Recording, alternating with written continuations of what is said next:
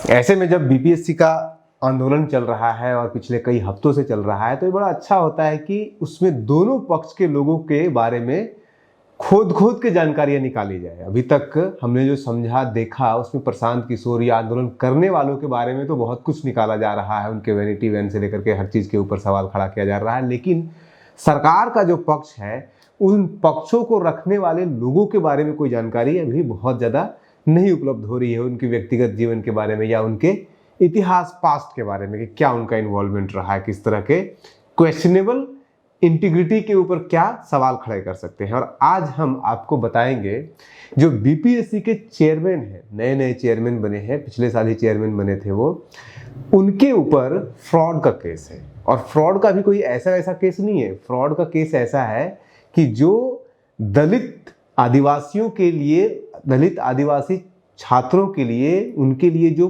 Programme अलग अलग बनाया गया था, क्योंकि उस डिपार्टमेंट में ये रह चुके हैं, दो बार रह चुके हैं, उसमें लगभग 9-9.5 करोड़ रुपए का गबन करने का आरोप इनके ऊपर है। और उस केस का जो प्रोसीडिंग है, इनके साथ साथ 4 इनके और सहपाठी कह लीजिए, सहभागी कह लीजिए, या फिर और जो 3 और आईएएस अधिकारी हैं उनका भी नाम इसमें है। और वो तीनों आईएएस अधिकारी का क्या कनेक्शन है, क्लोज कनेक्शन है जेडीयू के साथ, वो भी हम आपको बताएंगे। क्योंकि इन 3 अधिकारियों में से एक अधिकारी तो जेडीयू की टिकट पर चुनाव लड़ चुके हैं, लोकसभा का चुनाव लड़ चुके हैं, और एक अधिकारी जो है वो प्री मैच्योर रिटायरमेंट ले लिए। रिटायरमेंट लेने के बाद फिर उनको जो है वो लैंड ट्राइब्यूनल, जो अभी बहुत चर्चा में है, सबसे ज़्यादा कमाई का जगह है, उसका चेयरमैन उनको बना दिया गया है। उसके बाद फिर एक आईएएस अधिकारी जो है वो प्री मैच्योर रिटायरमेंट ले लिए हैं, जबकि उनके ऊपर तो और भी ज़्यादा केसेज है, उनके वो तो जेल जा चुके हैं, कर्नाटक में वो जेल जा चुके हैं। और ये 3-4 लोगों का तिकड़ी नहीं मिल करके बहुत सारे मल्टीपल केसेस हैं इनके खिलाफ, खास करके परमार जी। लेकिन परमार जी के ऊपर कोई एक्शन नहीं हुआ है आज तक, ये बड़ा इंटरेस्टिंग है। बाकी 3 अधिकारियों के ऊपर तो फिर भी मजबूरन ही सही, लेकिन प्री मैच्योर रिटायरमेंट लेना पड़ा, या फिर उनको उनके ऊपर चार्जशीट भी हुआ। लेकिन परमार जी के ऊपर चार्जशीट तक नहीं किया गया है, जो कि बीपीएससी के चेयरमैन है रवि परमार जी, इनके ऊपर चार्जशीट तक नहीं किया गया है। और जो प्रोसीडिंग है, पटना हाईकोर्ट को प्रोसीडिंग है, उस प्रोसीडिंग में साफ साफ लिखा हुआ है कि सेंट्रल गवर्नमेंट ने, केंद्र सरकार ने परमिशन दे दिया है राज्य सरकार को कि आप इन अधिकारियों के खिलाफ एक्शन लीजिए। लेकिन राज्य सरकार उसमें बीच में आकर के कहती है नहीं, इनके खिलाफ एक्शन नहीं लिया जाएगा। विजिलेंस डिपार्टमेंट जब इनका इन्वेस्टिगेशन कर रहा होता है तो बाकी सभी लोगों के खिलाफ चार्जशीट दे देता है, लेकिन परमार साहब के खिलाफ चार्जशीट कोई नहीं दायर किया जाता है। और एक नहीं 2 बार ऐसा होता है, और आज तक ये बने हुए हैं चेयरमैन। अब तो 6 साल के लिए, पिछले साल बने तो अब 6 साल तक ये चेयरमैन बने रहेंगे। हालांकि इनके बारे में प्रशांत भूषण जी जो लॉयर है सुप्रीम कोर्ट के, उन्होंने कहा था कि जब उन्होंने स्टेटमेंट दिया था चेयरमैन साहब ने कि ये जो है वो बीपीएससी का क्वेश्चन पेपर लीक हो ही नहीं सकता, क्योंकि जिसपे पैक किया हुआ है वो बहुत मजबूती से पैक किया हुआ है। तो उसके ऊपर एक वायरल वीडियो भी बहुत वायरल चला, जिसमें कि लोग उसको फाड़ते हुए दिखाए कि देखो कितना मजबूत है, तुरंत फट जा रहा है। तो उसके बाद फिर उसी स्टेटमेंट में उन्होंने, प्रशांत भूषण जी ने वो स्टेटमेंट जारी किया था, उसमें उन्होंने कहा था कि he should be sacked immediately. कौन इनको सैक करेगा भाई? जो केस 7 साल पुराना केस है, उस केस में तो इनका कोई बाल नहीं बाका उठा कर पाया, जबकि इनके साथ जिन लोगों का नाम था उसमें से एक तो रिटायर हो गए, 2 प्री मैच्योर रिटायरमेंट ले लिए, और ये जो है आज तक बने हुए हैं। हालांकि प्री मैच्योर रिटायर लेने वाले भी जेडीयू की टिकट पर चुनाव लड़े हैं, और उसके साथ साथ उनको पोस्ट भी दिया गया है। पूरी कहानी आज आपको बताते हैं इनके बारे में। नवंबर 2016 में एक फ्रॉड का केस दायर किया जाता है और उसके ऊपर कार्रवाई शुरू होती है। इसमें 4 ऑफिशियल्स, 4 आईएएस अधिकारी, 10 लोगों के ऊपर और भी होते हैं एफआईआर, लेकिन 4 आईएएस अधिकारियों के ऊपर केस किया जाता है।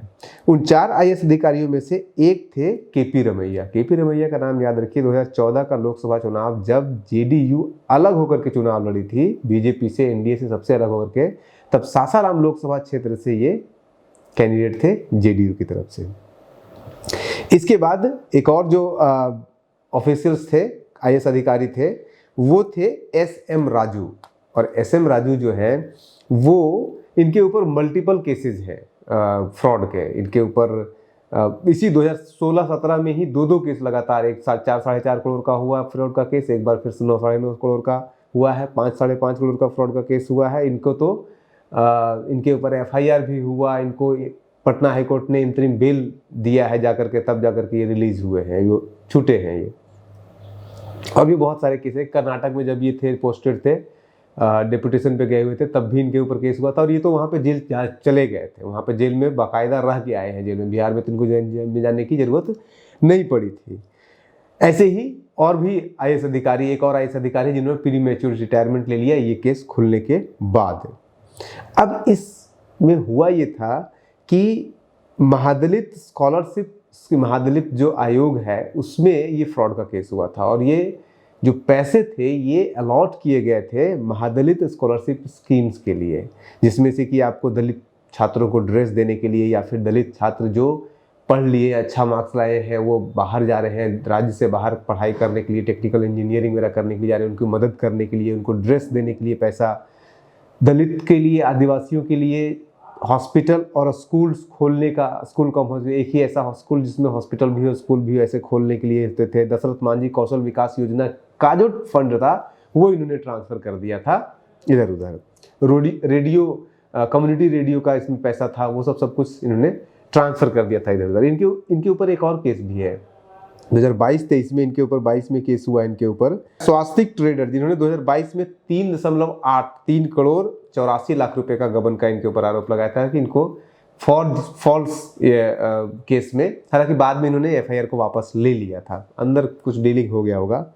और उस केस में जो SC/ST वाला केस था उसमें इनके ऊपर 406, 409, 420, 467, 468, 471A, 120B यानी कि 420 पे भी इनको ऊपर IPC के धाराओं के ऊपर इनके ऊपर केस किया गया था। हालांकि जब 2 बार ऐसा मौका आया है जब इनके ऊपर चार्जशीट या फिर इनके ऊपर कार्रवाई होनी चाहिए थी, लेकिन इनके ऊपर कार्रवाई कभी नहीं हो पाई।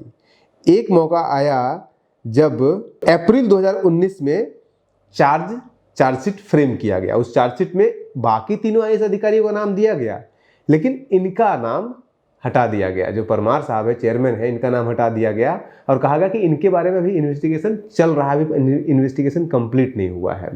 उसके बाद फिर 2023 में 25 मई 2023 को सेंट्रल गवर्नमेंट ने परमिशन दिया कि आप इनके खिलाफ प्यूनिटिव एक्शन लीजिए, इन लोगों के खिलाफ इस केस में जितने भी लोग इन्वॉल्व हैं।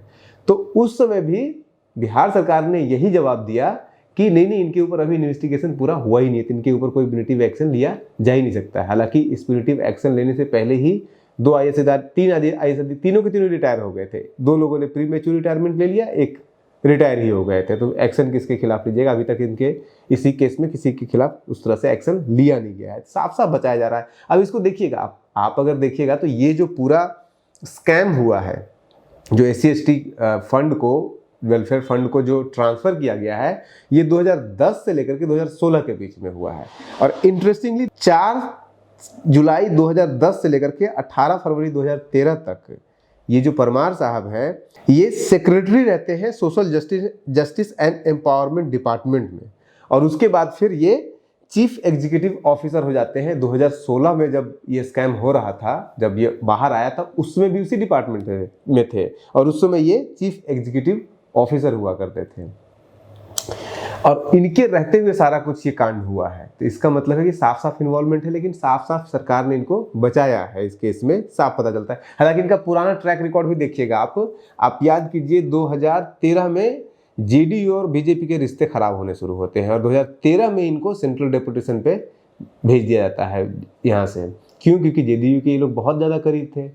सरकार को, केंद्र सरकार को, इलेक्शन कमीशन को ये शक था कि अगर ये बिहार में रहेंगे तो ये इलेक्शन को इन्फ्लुएंस कर सकते हैं, तो इनको भेज दिया गया सेंट्रल डेपुटेशन पे। सेंट्रल डेपुटेशन पे भी रहे हैं जब ये, तो वहाँ पे भी इन्होंने कांड किया है। इनके ही टाइम पे जब ये सेंट्रल डेपुटेशन में कांडला पोर्ट पे ये ऑफिसर थे, तब वहाँ पे 1000 करोड़ रुपए का घोटाला बाहर आया था सामने। उसमें इनका कितना इन्वॉल्वमेंट था ये हम नहीं कह सकते हैं, लेकिन इनके टाइम पे ही ये स्कैम वहाँ पे हुआ था। इस तरह से किसी भी आंदोलन में अगर किसी एक व्यक्ति के ऊपर सवाल उठ रहा है तो दूसरे खेमे पे भी उठना चाहिए। अगर व्यक्तिगत टिप्पणी की जा रही है, अगर उनके प्रोफेशन को लेकर के टिप्पणी की जा रही है, तो यहाँ पे इनका भी टिप्पणी होना चाहिए। हालांकि एक चीज़ और जान लीजिए इनको जाते जाते कि ये बिहारी नहीं है, ये गुजराती हैं, गुजरात कैडर के ये ऑफिसर हैं और 1992 बैच के ये IAS अधिकारी हैं और इनका बिहार से कुछ खास लेना नहीं है। ये एक बहुत कॉमन सा ट्रेंड है कि नीतीश कुमार की सरकार में आप देखिएगा तो जितने भी नीतीश कुमार सरकार के जितने भी ट्रस्टेड अधिकारी आपको मिलेंगे उसमें ज़्यादातर आपको नॉन बिहारी मिलेंगे। इसका जवाब क्यों ऐसा है, ये तो जो चाहे वो के पाठक का नाम उठा लीजिए, चाहे फिर किसी और का नाम उठा लीजिए, आप परमार साहब का भी नाम उठा लीजिए, ये सब बाहर के आपको दिखेंगे, बिहार से बाहर के लोग दिखेंगे। आप बने रहिए न्यूज़ हंटर के साथ। नमस्कार।